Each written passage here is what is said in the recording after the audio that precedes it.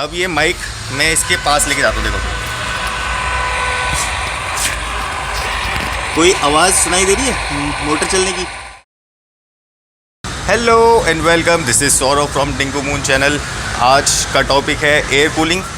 तो देखो बाइक में एयर कूलिंग सिस्टम लग गया है। ये मेरा बना हुआ सिस्टम है और सबसे अच्छी चीज़ इस सिस्टम की कि ये किसी भी गाड़ी पे लग सकता है, किसी भी बाइक में। हमारे पास जितने ऑप्शंस हैं इन सब के लिए मैं बना सकता हूँ।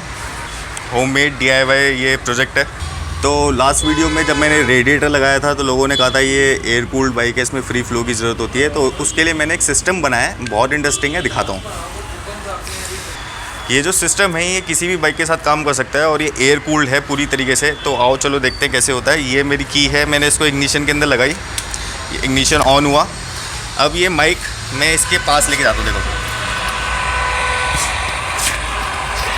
कोई आवाज़ सुनाई दे रही है मोटर चलने की। देखो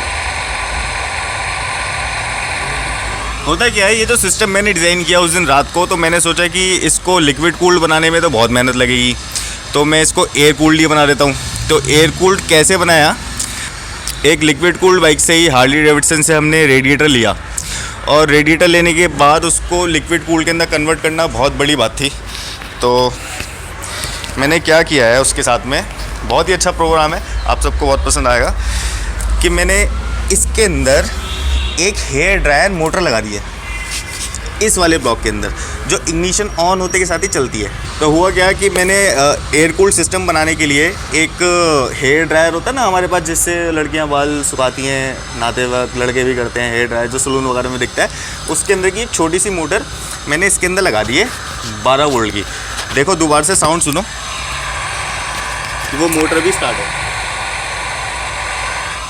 अब वो काम कैसे करती है मैं बताता हूँ। वो जो मोटर है वो हवा लेती है बीच में से और इन दोनों पाइपों में से वापस भेजती है रेडिएटर की तरफ। अब रेडिएटर की तरफ हवा जब वापस भेजती है तो इसके अंदर जो पाइप्स आते हैं ना, जो एक्चुअल रेडिएटर के अंदर पाइप्स होते हैं सीधे सीधे, उसके अंदर हमने एक मतलब बहुत बारीक वाली ड्रिल से बहुत सारे सुराख कर रखे हैं। तो क्या होता है, हवा यहाँ से जाती है और वो हवा ही वापस मुड़ के वापस आती है। देखो यहाँ पे हवा कितनी तेज़ आ रही है, अब खड़ी हुई बाइक में भी कितनी तेज़ हवा है मेरे हाथ पे। तो ये जो हवा आ रही है मेरे हाथ पे, ये इन होस की वजह से आ रही है और इस मोटर की वजह से। अब मैं इसका लॉजिक बताता हूँ कि ये काम कैसे करता है। तो हुआ क्या कि मेरे पास ये रेडिएटर था, मैंने इसके अंदर 2 पाइप लगाए, यहाँ से यहाँ तक, यहाँ से यहाँ तक, ये 2 पाइप लगाए मैंने इसके अंदर, और बीच के अंदर एक मोटर लगाई जो कि डुअल एक्शन मोटर होती है। वो हवा बीच में से लेगी और छोड़ेगी इधर और इधर, ठीक है। अब जो एयर है, जो ठंडी एयर है, वो जाती है ऐसे, फिर ऐसे, फिर ऐसे, फिर ऐसे, ऐसे ऐसे जाती है। इसमें से भी सेम ही वही प्रोसेस होता है, एयर ऐसे ऐसे करके जाती है। अब आप सोच रहे होगे कि एयर इन दोनों पाइपों में से तो जा रही है, बट आ कैसे रही है आगे से। इसमें क्या होता है, रेडिएटर के अंदर कुछ पाइप्स होते हैं ऐसे करके, ठीक है, ऐसे करके पाइप्स होते हैं जो इन दोनों पोर्ट से, यानी कि पोर्ट 2 और पोर्ट 1 से जुड़े हुए होते हैं। मतलब इसमें से कुछ भेजोगे आप, इसमें से कुछ भेजोगे तो घूमता हुआ पूरे रेडिएटर के अंदर यहाँ से निकलेगा, यहाँ से भेजोगे तो पूरे रेडिएटर में घूमता हुआ यहाँ से निकलेगा। तो मैंने क्या किया कि इन दोनों को इनटेक बना दिया और इसके अंदर बहुत छोटे छोटे होल कर दिए इस पूरे रेडिएटर में, ठीक है। इस पूरे रेडिएटर के अंदर पूरे छोटे छोटे होल कर दिए मैंने। उससे क्या हुआ कि एयर यहाँ से आ रही है, दोनों तरफ से आ रही है एयर, और फिर यहाँ से निकलती है वापस इंजन की तरफ। देखो ऐसे। अब यही वाला कॉन्सेप्ट समझ रहे हो पेपर पे, और यही कॉन्सेप्ट है। ये मोटर है, ये एयर के आउटटेक्स है, ये रेडिएटर है। ये रेडिएटर के अंदर मैंने यहाँ पे बहुत पतले पतले होल कर रखे हैं। तो होल से क्या होगा कि जो मैं एयर वहाँ से पंप करा रहा हूँ ना, वो एयर वापस इंजन की तरफ जा रही है। ये देखो मेरे हाथ पे भी कितनी लग रही है।